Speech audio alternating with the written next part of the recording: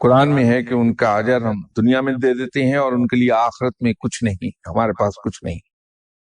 تو سرکش لوگوں کو، مشرک لوگوں کو اور منکر لوگوں کو دنیا بہت ملتی ہے، کیونکہ ان کی نیکیوں کا اجر یہیں انہیں مل رہا ہے۔ تو یہ کلیئر کر لیجئے کہ یہاں کی کامیابی کیا ہے اور مسلمان کے لیے کامیابی کیا ہے۔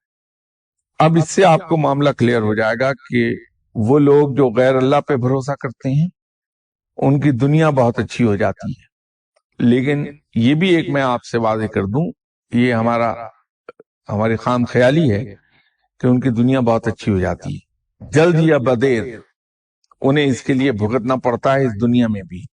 وہ لوگ جو کانٹیکٹس پہ زندہ رہتے ہیں، وہ لوگ جو اپنے قوت بازو پہ زندہ رہتے ہیں اور لوگوں کا حق مارتے ہیں اس لیے کہ اللہ نے انہیں طاقت زیادہ دی ہے، انجام ان کا کبھی بخیر نہیں ہوا۔ تو اس دھوکے میں مت آئیے کہ غیر اللہ پہ بھروسہ کرنے والے لوگ کامیاب و کامران ہیں۔ کامیاب و کامران وہی ہیں، اور اس کی ایک میں بڑی واضح مثال آپ کو دے سکتا ہوں۔ اسی شہر لاہور میں ایک صاحب آرام فرما رہے ہیں، ان کے انتقال کو اس وقت کوئی 968 سال ہو گئے، 968 ایئرز۔ اس مٹی میں ان کی ہڈیاں بھی اب نہیں ہوں گی، وہ بھی گھل گئیں، خاک میں مل کے خاک ہو گئیں۔ لیکن بڑے سے بڑا آدمی جو دنیاوی طور پہ کامیاب ہے، وزیر اعظم ہے، وزیر ہے، مشیر ہے، وہ ان کے در پہ حاضری دیتا ہے تو الٹے پاؤں چل کے آتا ہے، کبھی ان کی طرف پشت نہیں کرتا، حالانکہ وہ وہاں موجود نہیں ہے۔ پھر وہ انتقال کر چکے ہیں اور تقریباً 1000 سال ہونے کو اب آ رہے ہیں۔ کوئی ان کا ذریعہ معاش نہیں، کیونکہ دنیا میں ہے ہی نہیں۔ اس کے باوجود تقریباً روزانہ ایک اندازے کے مطابق 10,000 آدمی ان کے لنگر سے روز کھانا کھاتا ہے، وہ ہیں داتا صاحب۔ تو جس کو ہم دنیاوی طور پہ بہت کامیاب کہتے ہیں، ان کے یہاں تو 10 آدمی روز کھانا نہیں کھا سکتے، 4 دن میں تنگ آ جائیں گے لوگ۔ اس کے برعکس وہ لوگ لے لیجئے، شاہ ایران لے لیجئے، وہ دنیاوی طور پہ بہت کامیاب تھا، اللہ نے اسے دنیا میں طاقت بھی عطا فرمائی تھی، دولت بھی عطا فرمائی تھی، لیکن وہ 7 فٹ جگہ کے لیے مرنے کے بعد ترستا پھرا جہاز میں، اس کی ڈیڈ باڈی اڑتی پھری کبھی کہیں کبھی کہیں۔ تو اس کے ایکس ان لاز نے مصر میں رحم کھا کے اس کو دفن ہونے کی جگہ دے دی تھی۔ تو یہ اس آدمی کا حال تھا جو دنیا پہ حکومت کرتا رہا پورے تمطراق کے ساتھ۔ خود ہمارے یہاں بھی اس کی مثال ہے کہ وہ لوگ جنہوں نے بڑے جبر سے حکومت کی، تو مرنے کے بعد ان کا منہ بھی ان کی اولاد نہیں دیکھ سکی۔ دنیاوی کامیابی کا تو یہ عالم ہے۔ اس کے برعکس یہ میں نے ایک مثال آپ کو دے دی، حضرت میں امیر صاحب ہیں، کوئی بھی فقیر دیکھ لیجئے، یہ وہ لوگ ہیں جو بڑی عاجزی کے ساتھ ساری عمر لوگوں کی خدمت کرتے رہے ہیں، لوگوں کے جوتے سیدھے کرتے رہے ہیں، تو رب تعالیٰ نے ان کو کیا عزت عطا فرمائی ہے۔ مرنے کے بعد دیکھ لیجیے کیا عزت ہے ان کی۔ تو کامیابی اصل یہ ہے، تو ان کو اللہ نے یہاں بھی عزت عطا کر دی مرنے کے بعد، اور آخرت میں بھی عطا فرمائے گا انشاءاللہ تعالی۔ تو یوں اللہ پہ بھروسہ کرنے والا بندہ کامیاب ہو جاتا ہے۔ جی شاہ صاحب، میں گزارش یہ کرنا چاہتی ہوں کہ ہم خواتین جو ہیں، ہمارے بارے میں ہے کہ یہ دوزخ میں زیادہ ہوں گی، تو ہماری اصلاح کے لیے کچھ فرمائیے کہ ہم دنیا اور آخرت میں کامیابی ملے اور ہماری اصلاح ہو جائے، اور ہم سے اولاد جو ہے اس کی تربیت کا ایک ذمہ ہے عورت پہ، گھر چلتا ہے، تو اس کے بارے میں آپ ضرور کچھ فرمائیں۔ ویسے صاحب یہ بات کم از کم میرے پڑھنے میں کہیں نہیں آئی، نہ قرآن میں نہ کسی حدیث میں، کہ خواتین جو ہیں وہ دوزخ میں جائیں گی اور مرد سارے جنت میں چلے جائیں گے۔ ایسا نہیں ہے، یہ تو آدمی کے اعمال پر منحصر ہے، چاہے وہ عورت ہے یا مرد، جیسے اعمال ہیں اس کے ساتھ ویسے ہی سلوک ہو جائے گا، اور غالباً یہ کہنا بھی غلط ہے کہ ویسے ہی سلوک ہو جائے گا۔ اللہ تو سب کے ساتھ رحمت اور مہربانی کا سلوک فرمائے گا، تو اس کی رحمت سے ہمیں امید یہ رکھنی چاہیے کہ توقع کہ ہم نے شرک نہ کیا ہو، اللہ تعالیٰ ہمیں معاف فرما دے گا اور ہم پر جنت کے دروازے کھول دے گا۔ تو لیکن خواتین کا دیکھیے اس میں ایک سادہ سی بات ہے، میں ابھی بھی تھوڑی دیر پہلے یہ عرض کر رہا تھا، وہ مردوں کے لیے بھی درست ہے اور خواتین کے لیے بھی، کہ کسی چکر میں مت پڑیے، کچھ پڑھانے کے چکر میں مت پڑیے، صرف ایک کام کر لیجئے کہ جو بھی آپ قدم اٹھائیں، اب اگر کوئی آدمی کہیں آپ کی برائی کر گیا ہے، وہ آپ تک پہنچی کہ فلاں آدمی نے آپ کی غیر موجودگی میں گالیاں دی ہیں، تو ہم کوئی رد عمل ظاہر کرنے سے پہلے یہ دیکھ لیں کہ ایسے موقع پہ آپ صلی اللہ علیہ وسلم کا عمل کیا تھا، ہم اس کی پیروی کر لیں۔ اگر کسی شخص نے ہمارے منہ پہ ہمیں 2-4 سخت قسم کی گالیاں دے دی، تو پیشتے اس کے کہ ہم اس کو تھپڑ ماریں یا جواب میں گالی دیں، یہ دیکھ لیں کہ آپ صلی اللہ علیہ وسلم کا عمل ایسے موقع پر کیا رہا۔ اگر کسی شخص کو ہم نے کوئی گناہ کرتے دیکھ لیا، عیب کرتے دیکھ لیا، تو بجائے اس کے کہ فوراً دوسرے کے پاس جا کے کہیں کہ وہ تمہیں پتہ ہے یار فلاں آدمی، اس کو ہم اتنا نیک سمجھتے تھے، وہ تو اندر سے یہ نکلا، یہ کرنے کی بجائے ہم یہ دیکھ لیں کہ آپ صلی اللہ علیہ وسلم نے ایسے موقع پہ کیا عمل فرمایا، کہ پردہ پوشی کی یا ڈھنڈورا پیٹا کسی کے عیبوں کا، تو ہم آپ صلی اللہ علیہ وسلم کے عمل کی پیروی کر لیں۔ کوئی ہم سے قرض مانگنے آ گیا، ہم نے دے دیا مہربانی کر کے، اس نے نہیں لوٹایا، تو ہم یہ دیکھ لیں کہ ایسے موقع پہ آپ صلی اللہ علیہ وسلم نے کیا عمل فرمایا، کہ اسے معاف فرما دیا یا لوگوں کے پاس جا کے رونا پیٹنا شروع کر دیا کہ دیکھو وہ مجھ سے یہ چکر دے کے 10 روپے مانگ کے لے گیا تھا کہ کل واپس کر دوں گا، آج تک نہیں آیا، کھا گیا میرے پیسے۔ تو یہ اگر ہم چھوٹی چھوٹی باتوں پر بھی اگر نظر دوڑا لیں کہ سنت کیا ہے اور اس کی پیروی کر لیں، تو کوئی وجہ نہیں کہ ہم جنت میں نہ جائیں، چاہے وہ کوئی ہو، مرد ہو یا عورت ہو۔ تو اللہ تعالیٰ اپنی رحمت کے صدقے ہمیں انشاءاللہ ضرور جنت میں بھیجے گا اور دنیا میں بھی عزت عطا فرما دے گا۔ سر، خواتین کے متعلق ہی ایک سوال ہے کہ ہسٹری میں بھی ہم دیکھیں اور اب بھی کہ اولیاء کرام میں سوائے حضرت رابعہ بصری کے کوئی خاتون ولی نہیں گزری، تو کیا خواتین کو روحانی درجہ جو ہے خواتین میں کوئی مسئلہ ہے، یا روحانی طور پہ خاتون ایسی بنائی ہی نہیں گئی کہ اس کو روحانی درجات وہ مل سکے جو مرد حضرات کو ملی ہیں؟ سارے اولیاء کرام مرد حضرات ہی گزرے ہیں۔ دیکھیے صاحب، اس میں ذرا سی ایک تصحیح کر لیجئے۔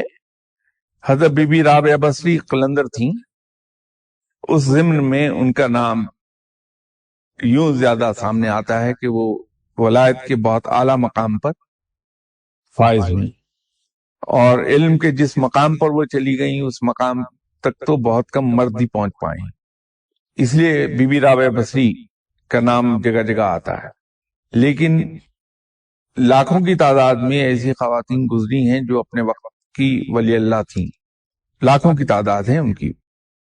دیکھیے سلطان اکباہو صاحب کی والدہ محترمہ ولی اللہ تھیں، پھر شیخ عبد القادر جیلانی رحمۃ اللہ علیہ صاحب کی والدہ محترمہ ولی اللہ تھیں۔